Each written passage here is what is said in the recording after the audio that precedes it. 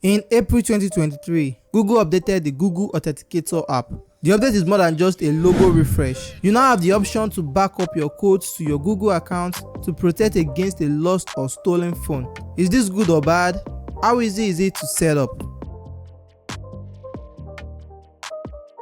If you install the Google Authenticator app, you now have the option to use the app with a Google account or without a Google account.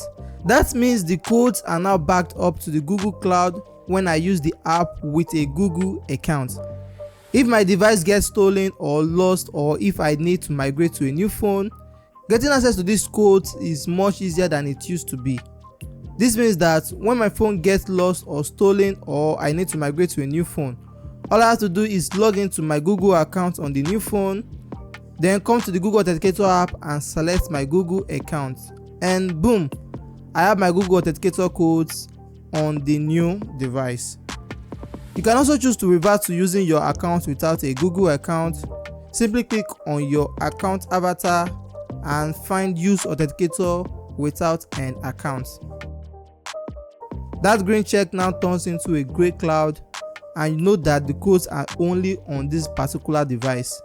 Using your codes without backup is more secure because you have the codes on your device available only to you. But when you lose your phone, the codes are also gone unless you use other types of backup. So it's better to back up your codes to Google Cloud, you might think. Well, here's the problem. The codes are not confined to only your phone anymore.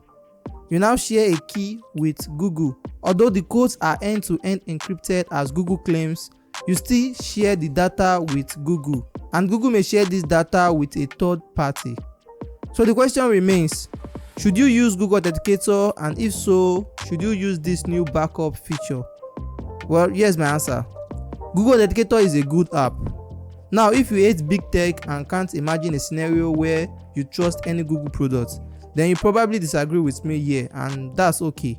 But for the average person who's just trying to add better security and has heard that SMS text isn't the best option, this Authenticator app is good, and you can choose to back up your codes to the Google Cloud to prevent lost or stolen phones. I use a combination of Google Authenticator, OT, and YubiKey. I prefer the responsibility of owning my security keys, but I recognize that not everybody has that same desire.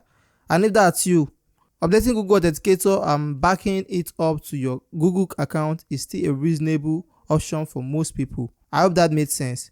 If you need help understanding how to add codes to Google Authenticator, watch this tutorial here.